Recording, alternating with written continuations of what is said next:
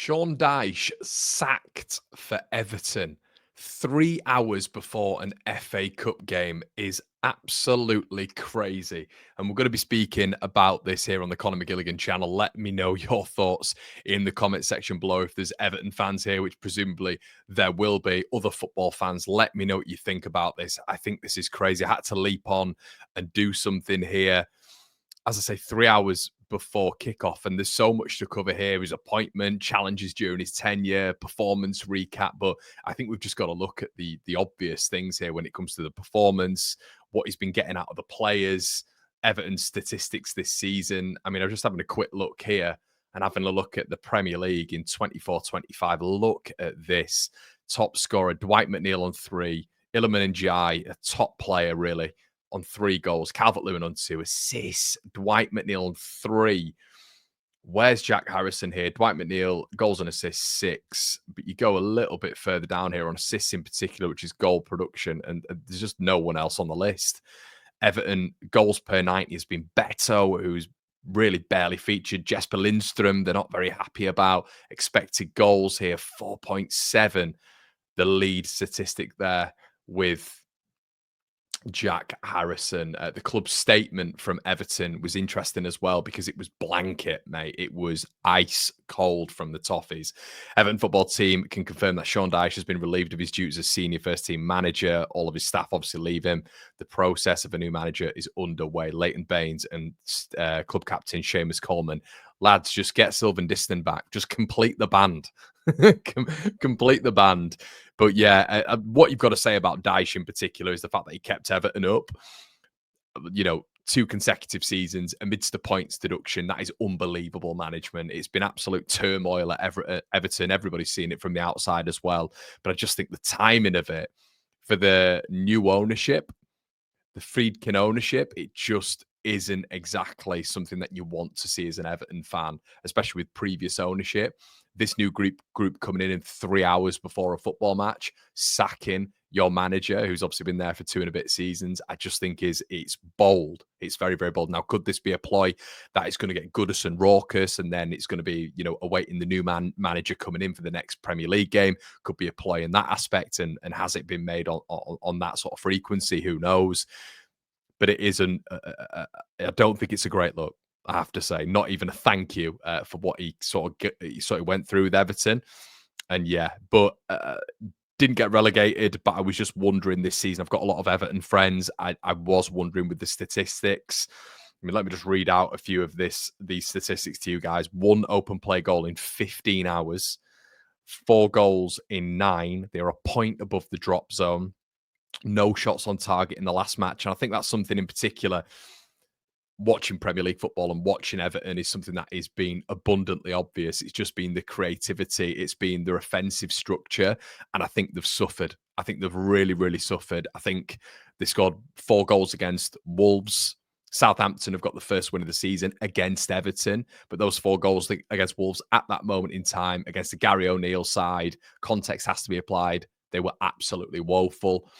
That's sort of the big goal hole that Everton have had this season. However, Dyche has done, a good job in getting results against some of the bigger teams, I guess, this season. But I felt this season in particular that I was a bit worried about Everton. It felt that they'd stagnated. The first and second season, they did pretty well, but scoring 2 in the last 10, 8 in the last 40. But it is interesting when it comes to a lot of people saying, has he had enough? I mean, what he has done, Sean Dyche, is, let's be honest, it's been tumultuous. It's been fractured whilst he's been at Everton. Has he had a clear run at it? There's a conversation there, but there's also a conversation to say there's been 30 million spent on Beto. There's been Iliman Ndiaye brought in for 20 million quid. There's been Schmitti brought in for 10 million quid. The likes of Armando Broja has been brought in on loan. These are good additions, in my personal opinion.